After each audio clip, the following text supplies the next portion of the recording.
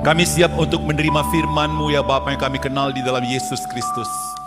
Biarlah Roh Kudus memberikan kepada kami pencerahan agar kami boleh menikmati kebenaran-Mu yang jauh melampaui akal dan pikiran kami. Sehingga firman Bapa itu sungguh mempengaruhi pikiran, perasaan, hati kami, perilaku dan bahkan masa depan kami.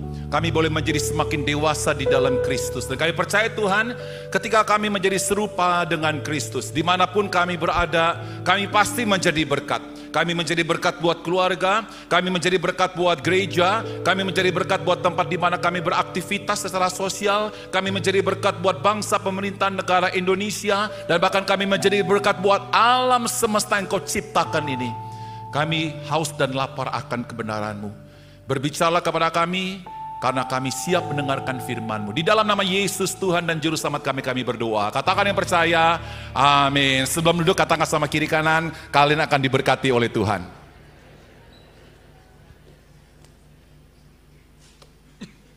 Oke, saudara, sebelum saya menyampaikan firman Tuhan, izinkan saya menyampaikan salam dari para pemimpin di gereja kami, Gereja Kristen Baptis Jakarta, Jemaat Depok. Gereja saudara sudah didoakan oleh kami. Dan kami percaya doa kami sudah dijawab oleh Tuhan. Saudara, ada semacam statement yang berkata seperti ini. Ketiadaan doa menunjukkan kekuatan manusia. Keberadaan doa menunjukkan kekuatan Allah. Anda ngerti maksudnya saudara? Ya, Anda bisa membangun segala sesuatu dengan kekuatanmu kok. Tapi kekuatanmu itu ada batasnya. Tapi tak kala kita membangun segala sesuatu di dalam doa, akan ada kekuatan Allah yang menopang kita. Bilang sama kiri kanan, banyak-banyaklah berdoa. Ya, haleluya. Oke ya, baik. Saya akan menyampaikan firman Tuhan dengan satu tema menjadi pribadi yang dipimpin oleh Roh Kudus. Kebetulan suatu hari ini adalah hari Pentakosta, yaitu hari bagaimana kita mengingat tentang pencurahan Roh Kudus. Ya, Roh Kudus telah dicurahkan sekali untuk selama-lamanya. Bilang sama-sama, sekali untuk selama-lamanya. Ya, jadi nggak dicurahkan lagi, nggak dicurahkan begitu, saudaraku, nggak begitu, saudaraku ya. Jadi sekali untuk selama-lamanya. Itu dalam bentuk perfect. Ya, sekali tetapi berlaku untuk seterusnya sampai Yesus datang kedua kali. Ya, nah, saudara, kita akan bersama-sama belajar bagaimana menjadi pribadi yang dipimpin oleh Roh Kudus. Nah, saudara, Anda tahu gambar ini? Kalau ke Jakarta penting sekali untuk Anda pakai, betul nggak saudara? Ya, apalagi kalau Anda pergi ke sebuah daerah yang saudara tidak kenal, waduh ini penting sekali. Tapi kadang-kadang mesti hati-hati juga saudaraku ya, karena peta Google itu bisa membawa kita ke hutan loh saudara. Saya pernah satu kali saya pergi ke Jawa Tengah pakai peta Google saudaraku, memang sampai ke tempatnya sih saudara, tapi lewat hutan. Gelap saudaraku, aduh itu banyak jerami, kita bingung saudaraku lewat situ, tapi pelan-pelan akhirnya sampai juga. Ya, walaupun ada jerami, walaupun ada hutan gelap dan sebagainya, tetap yang namanya peta Google sampai juga ke tempat. Ya, nah saudara, walaupun saya ada di kota Jakarta, udah hafal saudaraku ya, yang namanya peta Google ini penting. Ya, akan menghindari saya dari daerah macet. Ya, tapi ada orang-orang tertentu saudaraku yang memakai peta Google ini pengen tahu polisi ada di mana. Ada di depan, kita nggak boleh nih. Iya toh? Nah, setelah jadi peta Google itu menolong kita. Ya, saya tuh kalau di Jakarta, saudaraku ya, udah pokoknya peta Google deh. Itu sudah saya pasang selalu. Ya, supaya cepet. Yang kedua saya tahu nih di depan ada apa gitu loh. Kalau udah merah, apalagi merah kayak merah darah gelap begitu saudaraku ya, saya akan cari alternatif lewat mana sehingga akhirnya bisa lebih cepat saudara. Ya, tahukah saudaraku bahwa Roh Kudus sudah dicurahkan dan Roh Kudus sudah tinggal dalam kita. Roh Kudus itu kerjanya mirip-mirip ya, nggak sama, tapi mirip-mirip dengan peta Google, saudaraku. Ya, dia akan menolong saudara, mengarahkan saudara tentang sesuatu yang Anda mesti lakukan. Dia akan menolong saudara, akan memimpin saudara bagaimana saudara mesti berjalan di jalan ini atau di jalan itu. Dan saya ingin sama saudara, Roh Kudus kalau pimpin saudara, dia akan selalu memimpin kita dalam rencana Allah yang baik buat hidupmu. Amin. Saya ulangi lagi, saudaraku, kayaknya Anda nggak percaya nih. Ya, Roh Kudus akan memimpin saudara pada rencana Allah Sang Bapa yang baik buat hidupmu. Ada amin? Saudara kalah sama karismatik. Wih, kalau karismatik ngomong amin, langsung satu gereja gedung gede, amin, kenceng saudaraku ya. Itu kalau saya khotbah di gereja Betani itu, ya sekali khotbah itu bisa 40.000 orang saudaraku ya. Ngomong amin tuh menggemburu semua saudaraku, amin, karismatik hebat di situ. Ya, cuma ketika saya ngomong salah, amin, diaminin juga salahnya saudaraku ya. Ya, nah kalau orang injili saudaraku ya, amin pelan. Ya, tapi kalau salah, nanti dikasih tahu. Nah, ada baiknya juga sih orang injili. Ya, oke. Nah, saudaraku, ini peta Google yang penting, saudaraku, menolong kita. Sama seperti Roh Kudus yang tinggal di dalam kita. Ya, dia akan menolong kita tuh bagaimana kita hidup berkelimpahan, mencapai sebuah kehidupan yang maksimal di dalam rencana Bapa buat hidupmu. Mari bersama-sama kita baca Galatia pasal 5 ayat yang ke-25. Kita baca sama-sama, 1, 2, 3. Jikalau kita hidup oleh Roh, baiklah hidup kita juga dipimpin oleh Roh. Ada sebuah pertanyaan, saudaraku, kenapa hidup kita mesti dipimpin oleh Roh? Ini merupakan sebuah pertanyaan sangat penting untuk kita perhatikan. Nah, saudaraku, ketika Rasul Paulus menuliskan surat Galatia, khususnya Galatia pasal 5, saudaraku, di situ ada semacam pergumulan teologis. Ya, Rasul Paulus, saudaraku, mengingatkan sesuatu hal yang sangat serius. Ya, kalau saudara dikuasai oleh hal ini, hidupmu bukan saja rusak, keluargamu rusak, gerejamu juga rusak, pernikahanmu juga rusak. Ada sebuah pergumulan teologis yang kita perlu perhatikan secara serius. Mari kita baca sama-sama Galatia pasal 5 ayat yang 1. 1, 2, 3. Supaya kita sungguh-sungguh merdeka, Kristus telah memerdekakan kita. Karena itu berdirilah teguh dan jangan mau lagi dikenakan perhambaan. Nah, saya pengen tanya sama saudara, siapa di antara saudara, saya percaya bahwa saya sudah dimerdekakan di dalam Yesus. Coba angkat tangan. Kalau ngangkat tangan, saya ubah khotbah saya jadi KKR. Nantang saudara terima Yesus. Ya, oke. Siapa di antara saudara yang percaya bahwa saya sudah dimerdekakan di dalam Kristus? Coba angkat tangan. Oke. Saudara yakin sudah dimerdekakan? Yang berkata bahwa saya adalah anak Allah, coba angkat tangan tinggi-tinggi. Haleluya. Kalau gitu saya nggak ganti tema, Pak. Kita teruskan tema khotbah ini. Nah, saudara tahu apakah itu arti sungguh-sungguh merdeka? Ya, Kristus telah memerdekakan kita. Suatu kata telah memerdekakan kita, yaitu dipakai kata maaf, kalau saya menggunakan bahasa aslinya, itu dipakai kata eleutorosen. Itu dalam bentuk auris. Indikatif aktif. Auris itu, saudaraku, itu bicara tentang past tense, sesuatu yang sudah lalu. Jadi saudaraku, kalau kita mendengarkan hal ini, saudaraku, itu berarti masa lalu kita ya pernah satu saat di suatu tempat, di suatu waktu, di suatu keadaan, kita itu angkat tangan, kita itu nangis, kita itu bersuka cita karena kita saat itu percaya kepada Yesus. Saya pengen tanya sama saudara, Anda tahu tanggal kemerdekaan negara Republik Indonesia? Tanggal berapa? Gue dengar yang 1 November nih. Tanggal berapa? Keterlaluan 1 November. Tanggal berapa? 17 Agustus. Ya, saya pengen tanya tempatnya di mana dimerdekakannya, diproklamirkannya? Hah? Apa di Palembang? Di jalan apa? Pengangsaan, gitu ya. Ada siapa tokohnya di situ? Soekarno dan Hatta, ya toh. Jadi ada datanya begitu loh, ya kan? Nah, saya pengen tanya sama saudara, Anda tahu tanggal lahir di mana Anda? Tanggal lahir baru, ya, bukan tanggal lahir secara fisik, tapi tanggal lahir barumu, tanggal pertama kali kau mengalami cinta mula-mula dari Tuhan, tanggal pertama kali kau percaya pada Yesus, dan itu membuat hatimu bersuka cita. Coba tanya sama kiri kanan, tanggal berapa? Enggak tahu. Bagus. Ayo, tempat sama kiri kanan, tempatnya di mana? Enggak tahu juga. Jadi setelah hari ini, engkau merayakan hari apa tuh? Hari lahir apa? Kebanyakan kita tuh merayakan hari lahir tahun baru kita, tahun kelahiran kita, bukan? Gitu. Saya tanggal 27 Agustus. Gitu. Nanti tanggal 27 Agustus jemaat nyanyi begini, panjang umurnya, panjang umur. Dalam hati gue bilang, ini mah jemaat ngeledek. Orang mah tambah umur, itu seharusnya logikanya kurang umur. Benar atau benar? Ayo, kalau kita dinyanyiin panjang umur, tambah 1 tahun, itu artinya apa? Bilang sama kiri kanan, kurang 1 tahun. Iya, makanya kita di panjang umur, umur gua masih panjang, masih panjang, makanya sudah jadi malas melayani. Itu karena merasa masih panjang. Nah, yang benar saudaraku ya, kalau saya pribadi saudaraku ya, saya tuh selalu menginginkan hari lahir baru saya itu dirayakan. Tanggal 4 April. Peristiwanya di Sukabumi. Tahun 1974. Oh, masih ingat saya saudara.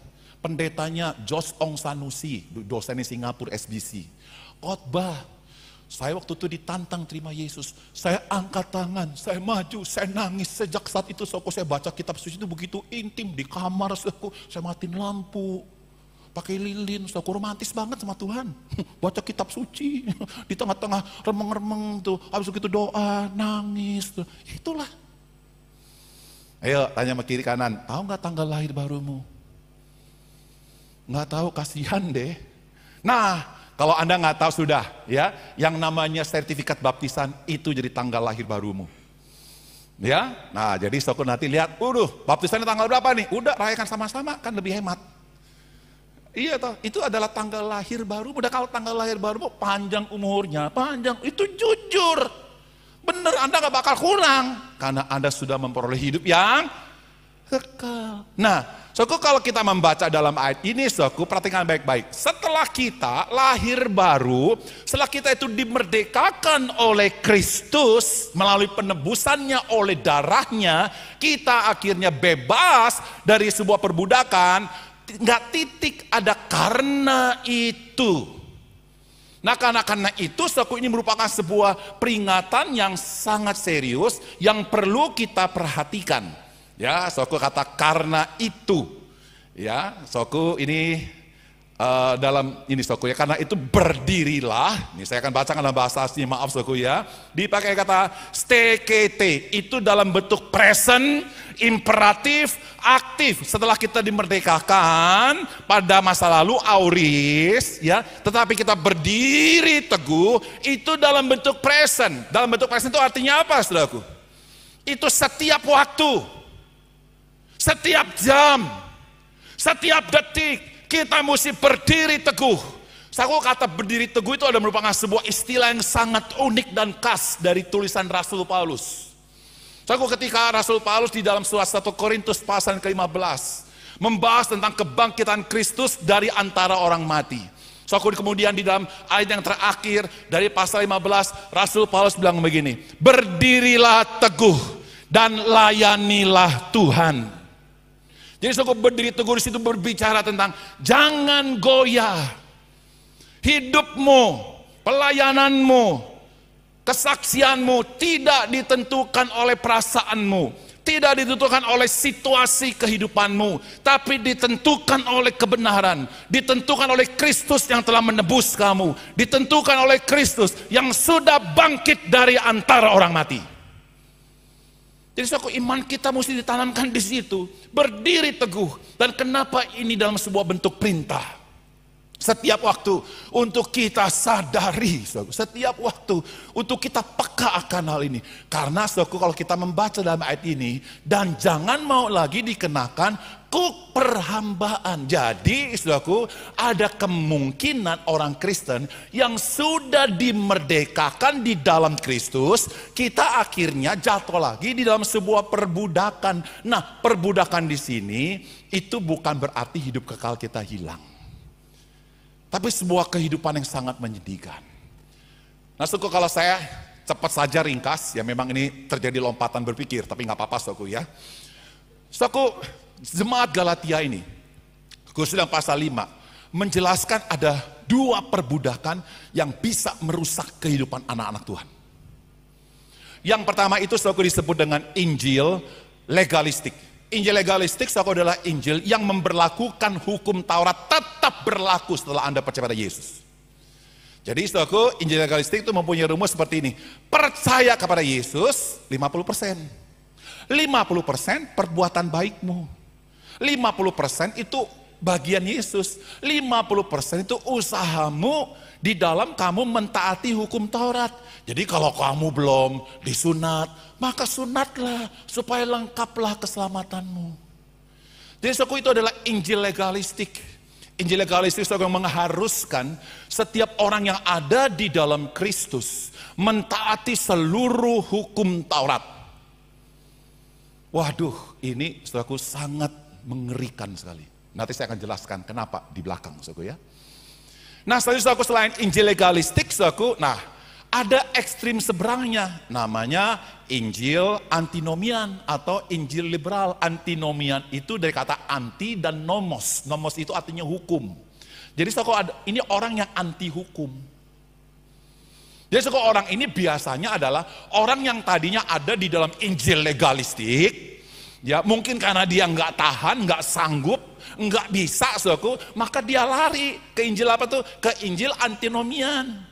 Nah ketika disampai di Injil antinomian, saudaraku, dia berubah berpikirnya. Yang penting saya sudah diselamatkan, yang penting saya sudah memiliki hidup yang kekal, yang penting saya sudah memiliki sebuah status hidup sebagai anak-anak Allah, dan itu tidak hilang. Kalau gitu kok berbuat dosa nggak apa-apa kan? Kalau gitu kok nggak ke gereja nggak apa-apa kan? Kalau gitu saya nggak pelayanan juga nggak apa-apa kan? Kalau gitu saya selingkuh juga oke-oke saja kan? Yang penting kan saya sudah diselamatkan. Nah, dua ekstrim ini ribut, saudara. Yang legalistik, saudaraku, kamu ini orang Kristen duniawi. Yang antinomian bilang apa, saudaraku? Kamu ini orang Kristen kaku. Nah, ini karismatik sama Injili ribut, saudara.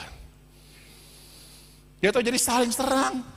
Makanya saudaraku di dalam Galatia pasal 5, Rasul Paulus mengingatkan jangan saling menggigit. Kenapa saling menggigit, saudaraku? Ya karena mereka memiliki cara pandang yang salah. Jadi cara pandang yang salah itu akan menentukan relasimu. Saya ulangi lagi, cara pandangmu secara teologis itu akan menentukan relasimu kepada sesama. Jadi kalau cara pandangmu berbeda, engkau akan ribut dengan orang yang berbeda, atau engkau akan merendahkan orang yang berbeda. Jadi saudaraku, jemaat Galatia mengalami situasi kekacauan teologis seperti itu.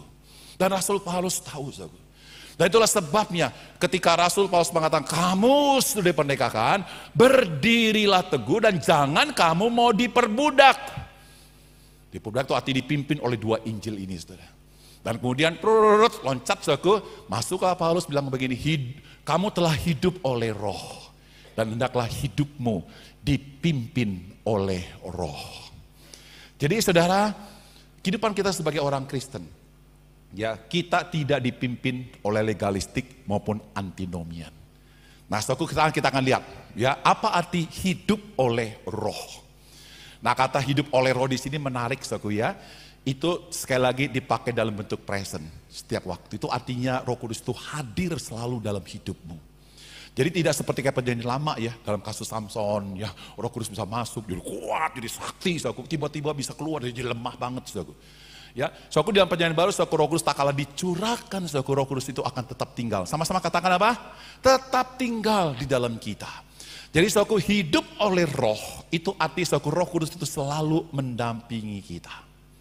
Saya pengen tanya, kita bisa gagal nggak dalam kehidupan ini? Kita bisa gagal nggak dalam pelayanan?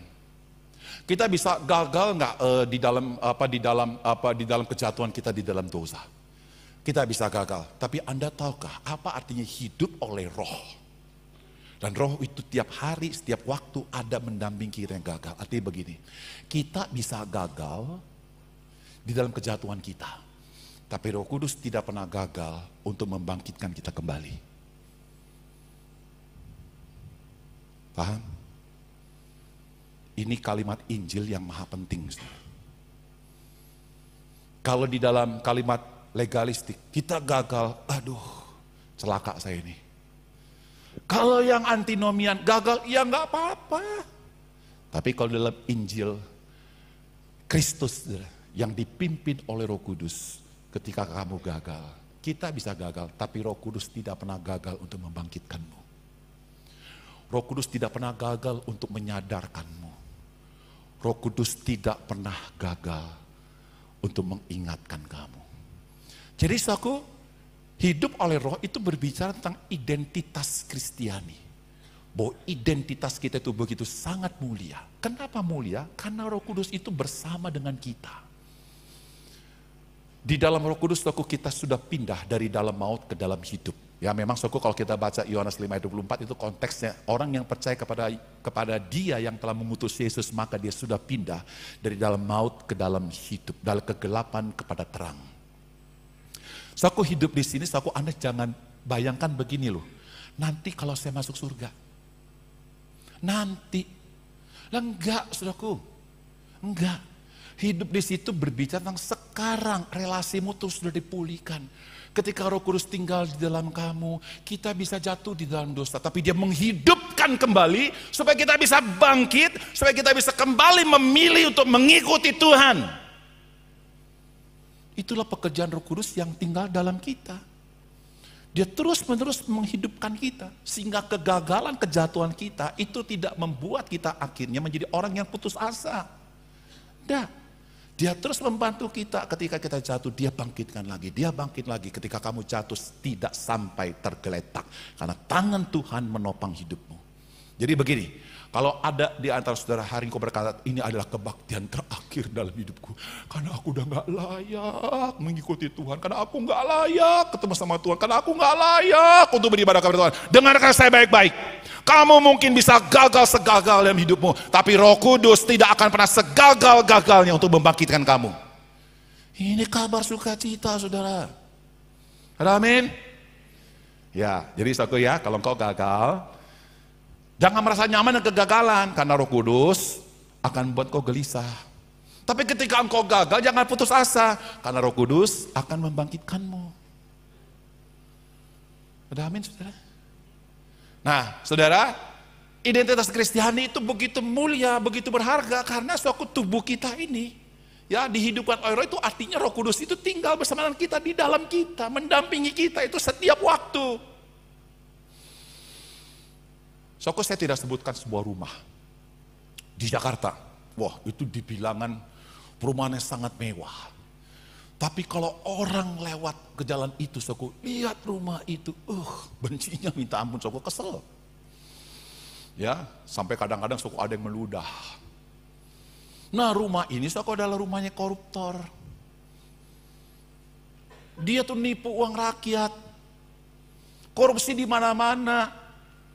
Beli rumah mewah banget, dulu sebelum tahu kebusukannya, orang lihat, kagum nih orang, kagum sama orang ini, luar biasa ya, dia punya rumah seperti ini, gede, besar sekali, ini orang pintar, ini orang hebat ini. Ketahuan dia korupsi, dan dia beli rumah yang begitu bagus, hasil korupsi. Saya pengen tanya, lihat rumah ini enak gak, saudara? Karena uang pajakmu yang dimakan sama dia. Setelah akan marah, rumah yang semewah apapun akhirnya jatuh harganya. Bukan karena persoalan uangnya, tapi nilainya itu loh jatuh karena rumah itu dihuni oleh koruptor. Dan orang yang tinggal bersama koruptor kasihan juga, kena getahnya. Betul nggak? Anak-anak yang nggak salah ikut juga kena imbasnya. Nah itulah kalau kita ya tidak dipimpin oleh Roh Kudus, tidak tinggal dalam kita, saudara jangan berpikir yang rusak lu hidupmu loh. Kiri kanan itu juga akan tertular dengan dosamu. Martin Luther bilang begini, sin to sin, dari dosa kepada dosa. Dosa itu sifatnya contagious, menular. Jadi hidup kita itu mesti dipimpin oleh Roh. Nah coba saudara bayangkan, ada sebuah rumah yang begitu sederhana. Tapi rumah ini dipimpin oleh seorang yang jujur, yang tulus, yang telah jadi berkat buat rakyat. Ya, yang ijazahnya sering kali. Jangan masuk ke situ lah, jadi politik nanti saudara ya. Oke, saudara, rumah itu kalau besar, nilai itu bukan tergantung berapa uangnya, tapi siapa yang tinggal di dalam itu. Ada amin? Ada amin? Loh, saya pengen tanya, you punya teman rumahnya mewah, tapi narkoba, mau deketin? Mau masuk ke rumah? Amit-amit, jangan. Ya. Nah, jadi di Roh Kudus ini tinggal di dalam kita tuh maksudnya apa, saudaraku? Mungkin masa lalumu rusak. Mungkin kau pernah gagal, pacaran, putus berapa kali. Iya toh, dulu suka nyontek, ya bikin skripsi juga palsu, katanya gitu ya. Pokoknya hidupmu rusak. Tapi ketika engkau percaya pada Yesus, Roh Kudus tinggal dalam kamu, artinya hidupmu yang rusak ini menjadi berharga. Karena siapa yang tinggal dalam hidupmu? Siapa yang tinggal, saudaraku? Yang tinggal adalah Roh Kudus. Dia Allah yang Maha Kudus, yang Maha Mulia, tinggal dalam hidupmu. Saya setiap kali ada hari-hari besar Kristen, ya, saya tuh selalu mengirim sesuatu WA atau ya telepon, ya, mengingatkan tentang sebuah keberhargaan hidup buat anak-anak saya. Karena begini saudaraku ya, kalau saya tidak selalu mengingatkan tentang sebuah keberkahan hidup, saya khawatir nanti anak-anak saya keberkahan hidup itu karena kuliahnya, karena gelarnya, karena pelayanannya, karena uangnya. Saya bilang sama anak-anak saya, hari ini adalah hari Pentakosta. Roh Kudus telah dicurahkan. Nak, kalian hidupmu begitu berharga. Papa tahu kok siapa masa lalumu. Papa tahu kok kegagalan kamu. Tapi Papa tidak lihat itu. Yang Papa lihat adalah sekarang Roh Kudus tinggal dalam dirimu. Dan hidupmu begitu berharga di mata Papa. Karena hidupmu berharga, maka Papa jangan main-main. Papa tidak mau main-main sama kamu. Papa serius. Karena kamu itu begitu berharga. Karena Roh Kudus tinggal dalam kamu. Saya ingetin terus, saudaraku. Ya, jadi saya latih anak-anak saya keberkahan hidup itu tidak ditaruh di luar Tuhan, tapi di dalam Tuhan. Di dalam Roh Kudus yang tinggal di dalam dirinya. Jadi itu bicara tentang identitas Kristiani. Ayo bilang sama kiri kanan, gue gak peduli siapa lu, tapi yang gue tahu adalah kamu berharga karena Roh Kudus tinggal dalam kamu. Masih bisa ingat? Udah, ngomong aja, ayo kiri kanan, ayo. 1, 2, 3 ngomong, ayo. Aduh, ngomong gini aja susah amat sih. Oke. Ya saudara perhatikan ya, Anda ngomongnya sesuatu yang positif, yang berharga, semua pada senyum semua kan, ketawa kan, gembira kan, itu enak banget saudara. Itu kuasa Roh Kudus dari wajahmu mengalir. Ya karena Anda mengatakan sesuatu yang benar, yang memang itu disukai oleh Roh Kudus. Kamu menyatakan kepada sebelah kiri kamu, engkau adalah orang yang berharga karena Roh Kudus tinggal di dalam kamu. Sekarang saudaraku banyak ya kalau gereja saudaraku datang diem-diem. Gitu, yang minder tetap minder pulang saudara. Yuk kita sekali-kali belajar untuk berikan jabatan tangan kiri kanan. Kamu diberkati oleh Tuhan, kamu berharga di mata Tuhan. Masa ngomong gitu aja susah sih saudara? Kita tuh ngomong berharga sama Tuhan itu bukan karena kita sedang memanipulasi. Kayak motivator-motivator. Enggak. Kita menghargai Tuhan itu karena ada alasan teologisnya. Karena hidupmu sekarang ini, dalamnya ada Roh Kudus. Kamu berharga di mataku. Nggak begitu loh saudara. Ya, oke, itu bicara tentang identitas Kristiani. Nah, yang kedua saudara itu berbicara tentang, yang kedua saudara ini kita bicara tentang apa? Disiplin Kristiani. Jadi dipimpin oleh Roh itu berbicara tentang disiplin Kristiani. Saudara kata we should walk, yaitu dari kata stoikomen, ya. Itu dari kata stoikeo, ya, itu mempunyai arti seorang yang disiplin. Itu seorang prajurit yang lagi sedang berbaris. Maju. Wah, semua begitu, sok. Pegang senjata, sok. Wah, begitu rapi, seirama, selangkah, sok. Melihat pemimpin yang di depannya lagi sedang berjalan. Wah, dia jalan, saudara. Nah, itu dipakai dalam istilah militer. Rapi, teratur, seirama, saudara. Komandannya tuh di depan, dia ikutin langkahnya. Jadi jalan, berhenti, tuh, 2, 3, nah, gitu saudara. Ya, jadi itu komandan itu di depan tuh yang akan berikan aba-aba. Nah itu dikata stoikeo. Itu dalam bentuk subjunktif. Subjunktif ini itu nggak bisa dipisahkan dari kita hidup oleh Roh. Setelah kita hidup oleh Roh, so what? Apa gitu setelah itu? Jadi nggak berhenti di situ. Setelah kamu hidup oleh Roh, ini yang wajar. Ini yang wajar. Bahwa kamu itu mau dipimpin, di subjang itu ya, di bawah pimpinan Roh Kudus. Itu yang wajar. Kalau kita sudah hidup oleh Roh, tapi kita nggak mau dipimpin oleh Roh, itu namanya nggak wajar. Coba tanya sama kiri kanan, kamu orang Kristen wajar atau orang Kristen yang tidak wajar? Kalau kita adalah orang Kristen yang wajar, so kita mau hidup kita dipimpin oleh Roh. Jadi saudara, kalau kita baca ayat ini saudara ya, memilih untuk berjalan berdasarkan pimpinan Roh Kudus. Tadi kita kembali kepada dua hal yang sangat menghancurkan. Orang yang dipimpin oleh Roh bukan orang yang dipimpin oleh hukum Taurat. Saya ulangi lagi saudara ya. Orang yang mau dipimpin oleh Roh Kudus, yang hidup oleh Roh, dia tidak menyerahkan dirinya untuk hidup di bawah hukum Taurat. Kalau orang yang hidup di bawah pengaruh hukum Taurat, itu drive-nya adalah takut. ketakutan.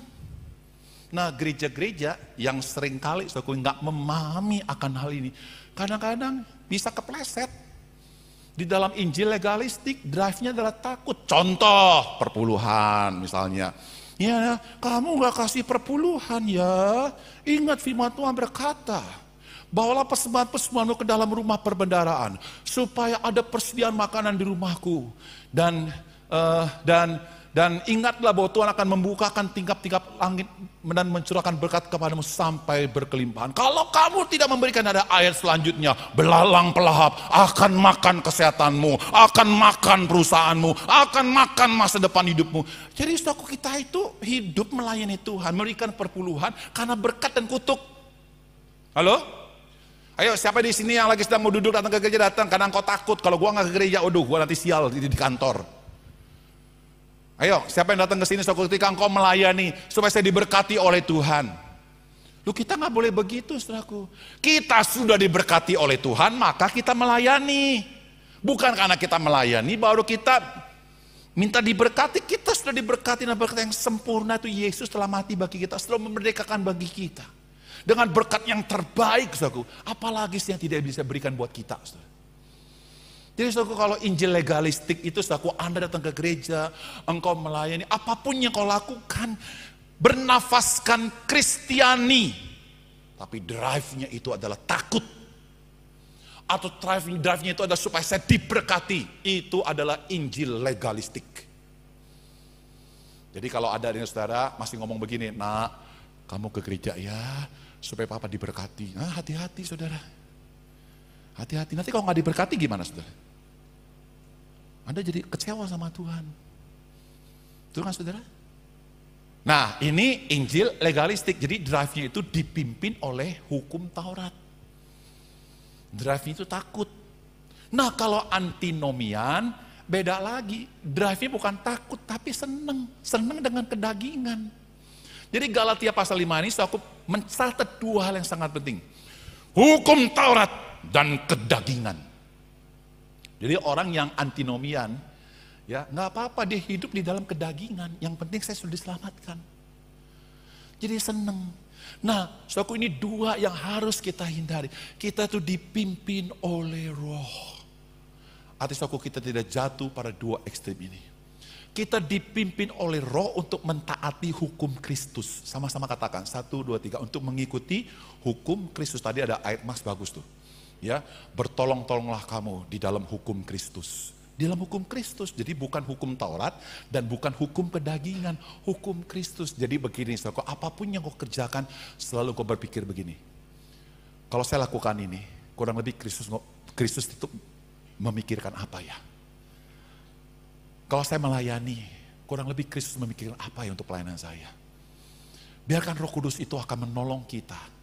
Untuk kita bisa menemukan pikiran-pikiran Kristus yang lebih dalam. Supaya hidup kita itu betul-betul dipimpin oleh Roh Kudus. Saudaraku, seseorang yang dipimpin oleh Roh Kudus adalah seseorang, saudaraku, ya dia dengan sukacita melayani. Ya, damai sukacita mendahului pelayanan. Bukan pelayanan untuk mencari sukacita dan damai. Tapi sukacita, damai, kasih itu mendahului pelayanan. Saya pengen tanya, saudara, ini ada sukacita enggak? Kalau Anda tinggal dalam Roh Kudus, buah Roh itu ada dalam hidupmu. Kalau ada sukacita, engkau melayani dengan sukacita, bukan mencari sukacita, tapi karena ada sukacita engkau melayani.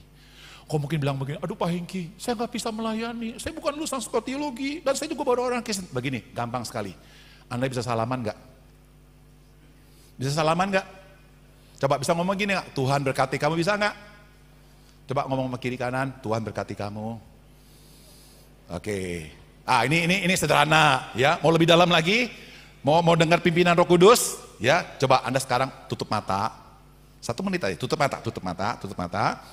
Coba Anda pikirkan baik-baik. Dengarkan suara Tuhan di hatimu.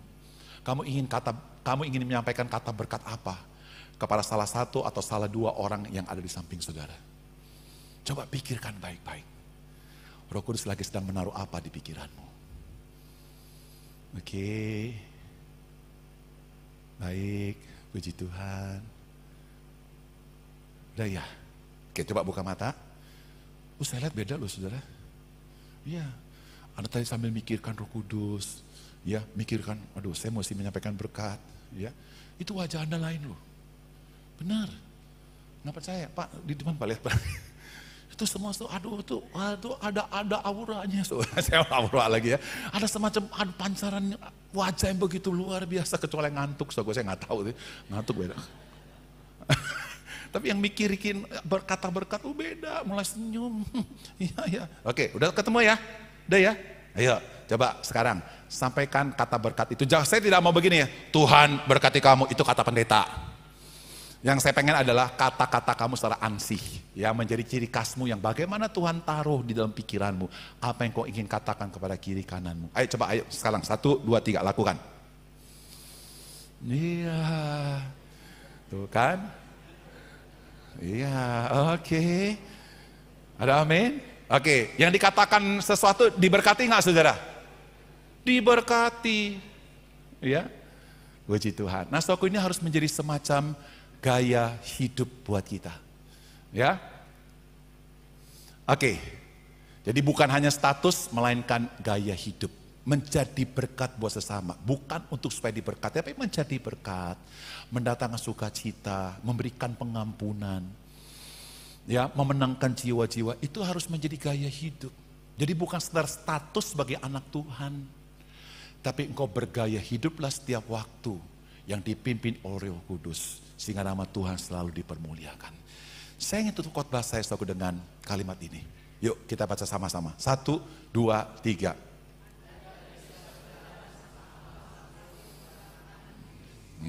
Anda tidak bisa berjalan bersama Allah sambil memegang Injil legalistik, sambil memegang Injil antinomian. Anda nggak bakal bisa berjalan. Tapi berjalanlah bersama dengan Tuhan sambil memegang Injil Kristus, bagaimana hidupmu itu sepenuhnya dipimpin oleh Roh Kudus. Dan Roh Kudus akan membawa kamu kepada hukum Kristus. Tuhan memberkati. Mari bersama-sama kita berdoa.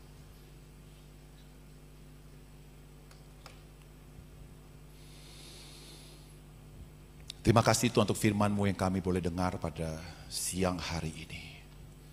Tuhan, ampuni kami kalau hari ini kami seringkali terjebak kepada Injil legalistik.